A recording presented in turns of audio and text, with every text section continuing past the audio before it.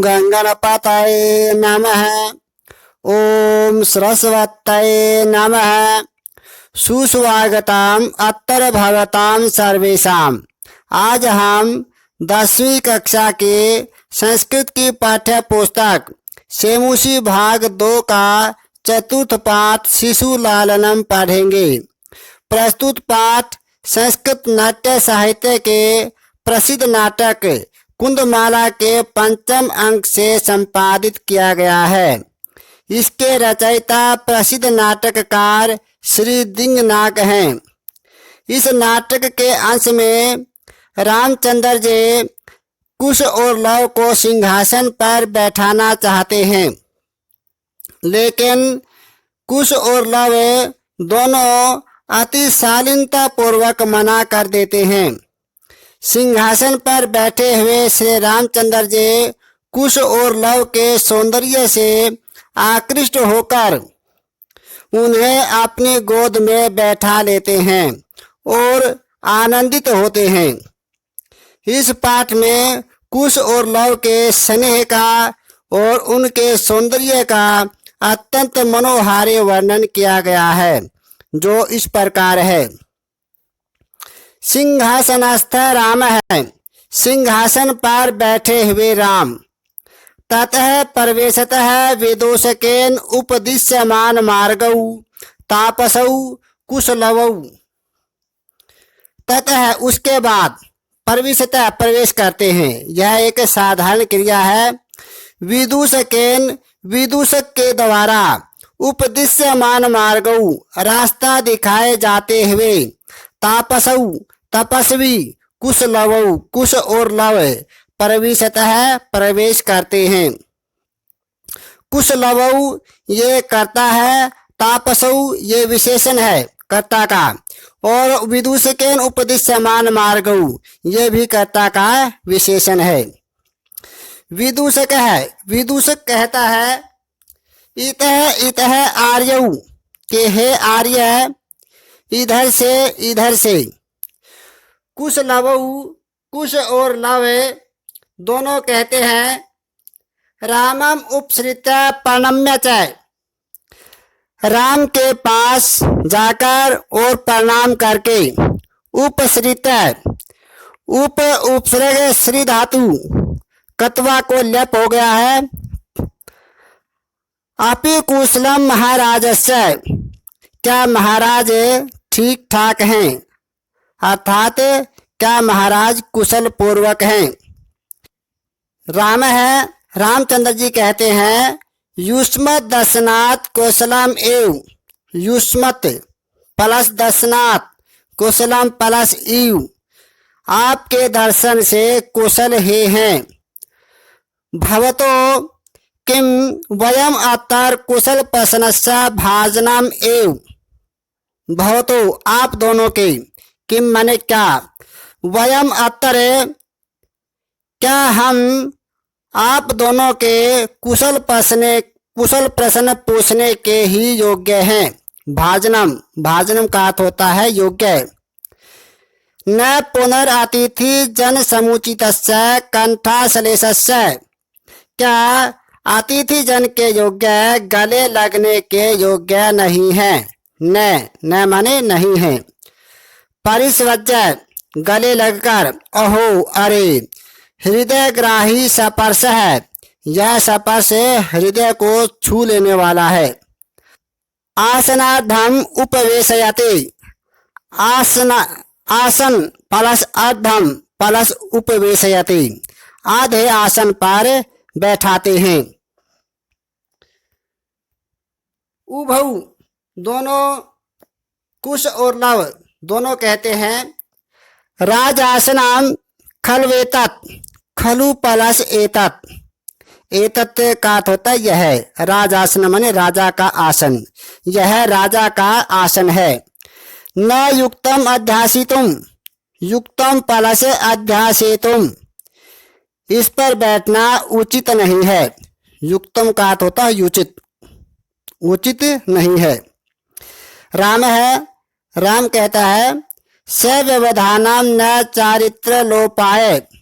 सव्यवधानम व्यवधानेन सहितम, व्यवधान से युक्त बैठने पर चारित्र लोपाय न, के चरित्र का लोप नहीं होता। तस्मात् अंक व्यवहितम अध्यास्यताम सिंहासनम, तस्मात् का अर्थ होता है इसलिए, अंक व्यवहितम गोद से युक्त, और सिंहासनम सिंहासन पर, अध्यास्यताम बैठ जाओ, इसलिए गोद से युक्त सिंहासन पर बैठ जाओ। व्यवहितम प्लस आधे प्लस आस्यताम, अंकम उपवेशयते, गोद में बैठाते हैं। उभौ, कुश और लव दोनों अनिच्छाम नाटयतः है, अनिच्छा प्रकट करते हुए, अनिच्छा का अभिनय करते हुए राजन की हे राजन, आलम आति दाक्षिण्यन, अत्यधिक उदारता को रहने दो। फिर रामचंद्र जी कहते हैं आलम आति शालीनतया, अत्यधिक शिष्टाचार को रहने दो। यहाँ पर दोनों जगह आलम का प्रयोग किया गया है। जब आलम का प्रयोग किया जाता है तब निषेधार्थक वाक्य में तृतीया विभक्ति का प्रयोग होता है। जैसे यहाँ पर दाक्षिण्यन, शालीनतया ये तृतीया विभक्ति है, तो यहाँ पर निषेधार्थक वाक्य है, तो यहाँ पर आलम के योग में तृतीया विभक्ति हुई। और जब आलम का अर्थ पर्याप्त अर्थ में होता है तब वहाँ पर चतुर्थी विभक्ति का प्रयोग होता है। जैसे कृष्ण कंस के लिए पर्याप्त है, अलम कृष्ण है कंसाय, तो इस प्रकार चतुर्थी विभक्ति का प्रयोग हो जाएगा। आगे जो रामचंद्र जी हैं वे एक श्लोक कहते हैं, श्लोक का गान करते हैं रामचंद्र जी। भवते से सोजनो वायो नोरोधात, गुण महता मपेलालने ब्रजते है मैं करो पिबाल भावात, पशुपत मस्तक के तक छदत्वम। इस श्लोक में पुष्पिताग्रा छंद है। पुष्पिताग्रा छंद में पहले लाइन में 12 अक्षर होते हैं, दूसरी में 13 है, और तीसरी लाइन में फिर 12 अक्षर, और चतुर्थ लाइन में 13 अक्षर होते हैं। यह पुष्पिताग्रा छंद है। इसका अर्थ इस प्रकार है। भगवान रामचंद्र जी कहते हैं भवती शिशु जनो वयोनुरोधात गुण महताम अपि। गुण महताम का अर्थ होता है कि अत्यधिक गुणी लोगों के लिए, और वयोनुरोधात छोटी उम्र के कारण बालक, शिशु जन का अर्थ होता है बालक, और लालनीय एव भवती, लालनीय कि वो लाड प्यार करने के योग्य ही होते हैं। लालनीय का अर्थ होता है लाड प्यार करना, एव माने ही लाड प्यार के योग्य ही होते हैं। व्रजति हिम करोपि बाल भावात, हिम करोपि, हिम करह प्लस अपि, हिम करह का अर्थ होता है चंद्रमा, कि चंद्रमा भी बाल भाव के कारण पशुपति मस्तक, भगवान शंकर के मस्तक पर केतक छदकत्वम, कि केतकी के फूल से बने हुए जूड़े के समान ब्रजते सुशोभित होता है। जो चंद्रमा है वह भगवान के मस्तक पर विराजमान होता है, और वह ऐसा लग रहा है कि मानो वह केतकी के फूलों का जूड़ा बना हुआ है। केतकी के फूलों के जूड़े के समान चंद्रमा सुशोभित होता है। राम जी कहते हैं ऐसे भवतो सौंदर्यावलोकित जनेन कौतूहलेन पृच्छामि।